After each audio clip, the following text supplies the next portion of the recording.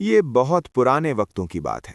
वो जमाना जब लोगों के दिल आम तौर पर साफ और सीधे होते थे, नीयत शफ़ाफ पानी की तरह। मगर इसी दुनिया में ऐसे चालाक और दरिंदा सिफत ठग भी मौजूद थे, जो किसी की आसानी या बेखबरी को अपने फायदे का मौका बना लेते थे। बैसाख का महीना था। धूप अपने पूरे जलाल पर थी। सूरज यूं आग बरसा रहा था जैसे आसमान के दहकते तनूर का मुंह खुल गया हो। हवा भी ठंडक के बजाय गर्म लिपटों की तरह जिस्म से टकरा रही थी। खेतों में पकी हुई गेहूं की बालियां सोने की तरह चमक रही थीं। खुशहाली, मेहनत और भरपूर रिस्क का रंग। एक खेत की मेड़ पर किसान महमूद खड़ा, अपने माथे से पसीना साफ करता हुआ गहरी सोच में डूबा था। और उसके साथ उसकी बीवी रहीमा भी खड़ी थी। एक सादा, नरम दिल मगर हैरत अंगेज तौर पर समझदार औरत। महमूद ने घबराहट में आसमान की तरफ देखकर कहा, सुभान अल्लाह, देखो रहीमा, दोनों खेतों की गेहूं एक साथ पक गई है। मजदूर भी कहीं दिखाई नहीं देते। ये क्या मुसीबत आन पड़ी है। रहीमा ने अपने महीन मगर मजबूत लहजे में फौरन उसे तसल्ली दी। तुम परेशान ना हो जी, सब ठीक हो जाएगा। आज शहर जाकर भैंस के लिए गुड़ और बिनौले ले आओ। गेहूं आज नहीं तो कल कट ही जाएगी। अल्लाह का करम है, घबराहट की जरूरत नहीं। महमूद ने आह भरी, सर हिलाया और शहर की तरफ रवाना हो गया। उधर रहीमा ने एक पल भी जाया ना किया। वो अकेली ही दरांती थामकर खेत के बीचों बीच जा खड़ी हुई और अपने पूरे जोर और महारत के साथ गेहूं काटने लगी। धूप की तपिश उसके सर पर चादर की तरह फैली हुई थी। पसीना उसके चेहरे से बहकर गर्दो गुबार से मिल जाता, मगर उसके हाथ मशीन की रफ्तार से चलते रहे। उसकी सांसें तेज थीं, मगर चेहरे पर थकन के बजाय एक अजीब सी लगन थी। वो अपने काम में मग्न थी, कभी हल्की आवाज में गीत गुनगुनाती, कभी आसमान की तरफ देखकर मुस्कुराती। उसकी आवाज में अजब किस्म की मस्ती थी, जैसे गर्मी, धूप, पसीना सबको पीछे छोड़कर वो अपने दिल की धुन पर चल रही हो। इसी दौरान करीबी रास्ते पर एक परदेसी ठग बंटू चला हुआ आ रहा था। उसकी नजरें हर चीज को मशकूक अंदाज में टटोलती थीं। जब उसने दूर से रहीमा को अकेले खेत में झुकी हुई देखा, साथ ही उसके कानों में चमकती हुई कम से कम 3 तोले की सोने की बालियां नजर आईं, तो उसकी आंखों में लालच की चमक भड़क उठी। वो लम्हे भर में समझ गया कि सामने एक सुनहरा मौका खड़ा है। अकेली औरत, सुनसान खेत, आसपास कोई नहीं। बंटू ने दिल ही दिल में खुशी से दांत निकाले। वाह रे किस्मत, आज तो जैसे लॉटरी लग गई है। एक झपट्टा, एक वार और सीधा रफू चक्कर। वो दबे पांव खेत की मेड़ के पीछे से रेंगने लगा। रहीमा अपने काम और गीत में इस कदर महव थी कि उसे आहट का एहसास तक ना हुआ। जैसे ही बंटू मुनासिब फासले तक पहुंचा, वो चीते की फुर्ती से उछला, एक झटके में रहीमा के बाएं कान को पकड़ा और जोर से बाली खींच ली। हाय! रहीमा दर्द से चीख उठी। उसके कान से खून टपकने लगा। वो एक लम्हे को लड़खड़ाई, मगर फौरन खुद को संभाल लिया। वो कोई कमजोर, घबरा जाने वाली औरत नहीं थी। उसने दिल ही दिल में लम्हे भर में पूरा हिसाब लगा लिया। अगर मैं अभी चोर चोर चीखूंगी तो मेरा वक्त जाया होगा, और ये तो ऐसे भागेगा जैसे आंधी। बाली गई, कान जख्मी हो गया, मगर मैं इसे यूं नहीं जाने दूंगी। अगर उसने चोरी की है तो मैं उसे वापसी पर मजबूर कर सकती हूं। दिमाग से काम लेना पड़ेगा, शोर नहीं, चाल चलनी होगी। भागते हुए ठग ने अभी 20-30 कदम भी दौड़ लगाई होगी कि पीछे से रहीमा की एक ऐसी आवाज गूंजी जिसमें जोर भी था, मिठास भी, बुलाना भी था और रोकना भी। आवाज गरम दोपहर की सन्नाटे को चीरती हुई सीधी बंटू के कानों तक पहुंची। अरे ओ देवर जी, रुक जाओ। अरे ऐसे क्यों भाग रहे हो। ये जुमला जैसे बंटू के कदमों में कीले ठोक गया। वो जो अभी अभी हवा को चीरता दौड़ रहा था, एकदम ठिठक कर रुक गया। उसके कदमों के नीचे मिट्टी उड़कर फिजा में मौल्लक हो गई। उसने पीछे मुड़कर देखा, धूप से चमकते खेत, सन्नाटा, बस एक औरत, और वो औरत उसे देवर जी कह रही थी। बंटू के जहन में जैसे कोई पहेली घूम गई। ये मुझे गाली देने की बजाय देवर जी क्यों बोल रही है। उसके माथे पर शिकने पड़ गईं। आखिर इसमें क्या चक्कर है। वो अब दौड़ने की बजाय तजस्सुस और लालच के बीच अटका खड़ा था। अभी उसकी सोच पूरी भी न बनी थी कि फिर रहीमा की आवाज आई। इस बार आवाज में और भी ज्यादा प्यार, नरमी और ऐसा मीठा लोच जैसे कोई अपनी ही घरवाली को मना रहा हो। अरे ओ बावले आदमी, रुक जा। क्यों नाघक पाप का भागी बन रहा है। ये बाली सोने की नहीं है भाई, ये तो पीतल की है। अरे तूने मेरा कान जख्मी कर दिया और कुछ मिला भी नहीं तुझे। ये अल्फाज सुनकर बंटू के कदम मजीद जम गए। वो अभी भी बाली हाथ में पकड़े खड़ा था। तेज धूप में बाली की चमक इतनी तेज थी कि सुनहरी लग रही थी, मगर रहीमा की बात ने उसके दिल में शक का बीज डाल दिया। वो एक लम्हे को पलकें सिकोड़कर बाली को देखने लगा। वाकई, पता नहीं, शायद ये सोना ना हो। उसके दिल में थोड़ी सी मायूसी और थोड़ा सा तजस्सुस जागा। खेत की मेड़ पर खड़ी रहीमा ने हाथ हिलाया। उसका पूरा जिस्म पसीने से चमक रहा था, मगर आवाज में एक ऐसी मासूमियत घुली थी जो किसी भी शिकारी को बेवकूफ बना सकती थी। अरे, मैं तो खुद इसे फेंकने वाली थी भाई, तो नाहक इसे चुराकर भाग रहा है।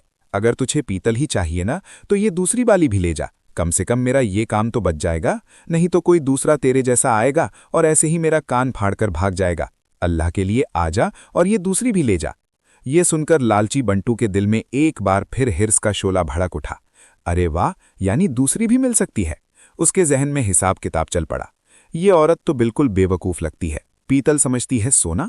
वाह रे नसीब। फिर उसे याद आया कि रहीमा ने उसे देवर जी कहा था। देवर जी, ये लफ्ज उसके दिल में अजीब सा रस घोल गया। बंटू को जिंदगी में कभी इज्जत कहाँ मिली थी। लोग उसे देखते ही हाक देते, आवाजें कसते, चोर, ठग, बेईमान। मगर आज पहली बार किसी औरत ने उसे मोहब्बत भरे लफ्ज से पुकारा था। देवर जी, वाह, ये तो मजा ही आ गया। लालच और खुशमी दोनों ने मिलकर उसका दिमाग सुन कर दिया।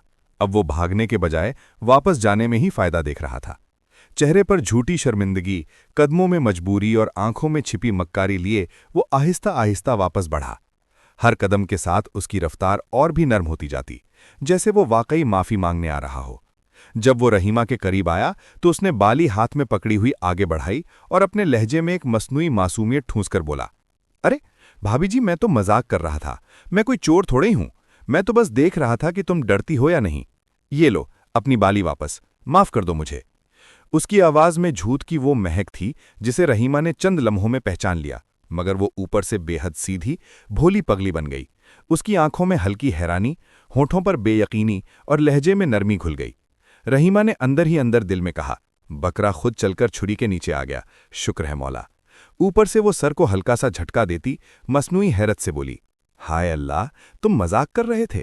वाकई उसके लहजे में ऐसा मासूम सा भूलापन था कि अगर कोई सच्चा आदमी होता तो शर्म से जमीन में धंस जाता।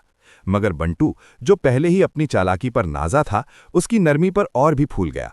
उसे लगा जैसे वो वाकई कोई अच्छा इंसान है, जैसे उसकी इज्जत हो रही हो, जैसे उसका मजाक समझा गया हो। रहीमा के जख्मी कान से खून अब भी बह रहा था, मगर उसकी आंखों में खौफ का कोई साया नहीं था, सिर्फ चाल और होशियारी।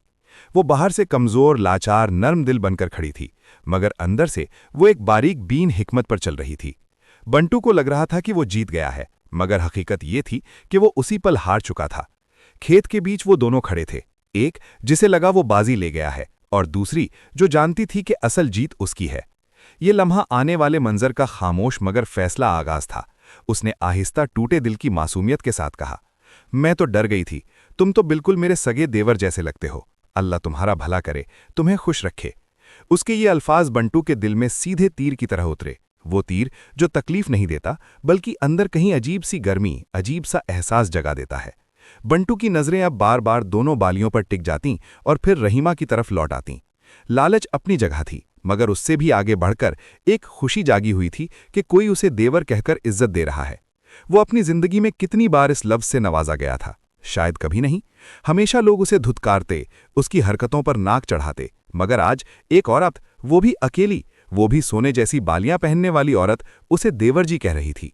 ये उसके लिए किसी बड़े इनाम से कम न था। रहीमा ने देखा कि उसके दाम में फंसने वाला मुकम्मल तौर पर नरम पड़ चुका है। अब असल खेल शुरू करने का वक्त था। उसने कमर पर हाथ रखा, थोड़ा सा झुककर जोर से कराही, हाय मेरी कमर, हाय रे मेरी फूट गई किस्मत, या अल्लाह क्या आजमाइश है। उसकी आवाज में वो थकन थी, वो दर्द था जो किसी भी नर्म दिल इंसान को पिघला दे। बंटू तो वैसे भी जज्बात का तेज था। उसने फौरन फिक्रमंदाना लहजे में पूछा, क्या हुआ भाभी जी, तबीयत तो ठीक है, कुछ लाऊं पानी वानी? रहीमा ने अपने आंसू पूछने का ड्रामा किया, ऐसे जैसे कोई मजलूम औरत अपनी किस्मत पर रो रही हो, मगर साथ ही लच्छेदार अंदाज में बोली, क्या बताऊं देवर जी, मेरा आदमी बड़ा जालिम है। उसने साफ कह दिया है कि जब तक ये पूरा खेत नहीं कटेगा, मुझे घर में दाखिल नहीं होने देगा। सुबह से भूखी प्यासी लगी हूं, कमर टूट गई है, जिस्म दुख रहा है। पर तुम तो शहर के बाबू लगते हो, नाजुक मिजाज, तुम्हारे नाजुक हाथों में छाले पड़ जाएंगे। फिर तुम्हारे घर वाले मुझे बुरा भला कहेंगे। ये किसानों का काम है, बहुत सख्त, तुमसे नहीं हो पाएगा। ये जुमला बंटू के सीने पर सीधी जर्ब थी। मर्दानगी पर हमला हो जाए तो फिर दलीलें, अक्ल सब धरी रह जाती है। उसने सीना चौड़ा करते हुए कहा, भाभी जी, तुम मुझे जानती नहीं हो, मैं एक बार में 10 आदमियों का काम कर सकता हूं। मेरी ताकत देखकर हैरान रह जाओगी। तुम बस पेड़ की छांव में बैठकर हुक्म दो, सारा खेत में अकेला चुटकियों में काट दूंगा। ये वो जुमला था जिसका रहीमा इंतजार कर रही थी। उसने हल्के से आह भरी, फिर मोहब्बत भरी दुआ के साथ दरंती उसके हाथ में थमा दी। जग जग जियो देवर जी, अल्लाह तुम्हें लंबी उम्र दे। लगता है अल्लाह ने तुम्हें आज मेरी मदद के लिए ही भेजा है। अगर आज तुमने खेत कटवा दिया ना, तो कसम अल्लाह की, मैं अपने हाथों से। वो यहीं रुक गई। अल्फाज अधूरे छोड़कर, अधूरे अल्फाज कभी कभी पूरे जादू से ज्यादा असर करते हैं। बंटू ने लंबी सांस ली। उसके दिल में ऐसा एहसास पैदा हुआ जैसे वो दुनिया का सबसे बड़ा शरीफ आदमी हो, जैसे वो वाकई किसी की मदद करने आया हो, जैसे उसकी जिंदगी का मकसद ही आज पूरा होने वाला था। उसके हाथ में दराती थी और जहन में लालच, दिल में खुशफहमी और आंखों में वो सारे सुनहरे ख्वाब जो अभी कुछ ही देर में चकनाचूर होने वाले थे। मगर उस वक्त वो खुद को फातेह समझ रहा था। और रहीमा खामोशी से अपनी चाल बिछा रही थी। रहीमा ने अपनी आवाज में वही मिठास, वही फरेबे प्यार घोला और मुस्कुराते हुए कहा, तुम्हें देसी घी का हलवा खिलाऊंगी, और हाँ, ये पीतल की बालियां भी तुम्हें दे दूंगी। ये अल्फाज बंटू के वजूद में बिजली बनकर दौड़े। दोनों बालियां, देसी घी का हलवा और ऊपर से देवरजी कहने वाली आवाज। उसके दिल में खुशी के लड्डू वाकई फूटने लगे। उसे ऐसा लगा जैसे आज किस्मत उस पर मुकम्मल मेहरबान है। वो अंदर ही अंदर सोचकर हंस पड़ा, वाह क्या सबका है, ना कोई बड़ा खतरा, ना कोई पकड़ धकड़, बस थोड़ी सी मेहनत और बदले में बालियां भी, हलवा भी, इज्जत भी।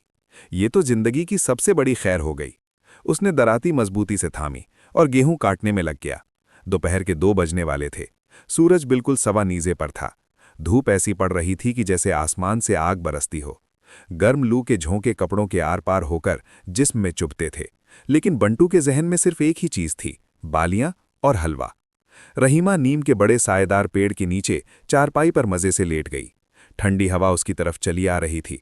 उसने घड़े से पानी निकालकर लंबा घूंट लिया और फिर मीठी आवाज में पुकारा, शाबाश देवर जी, क्या हाथ चला रहे हो, लगता है बचपन में बहुत दूध घी खाया है।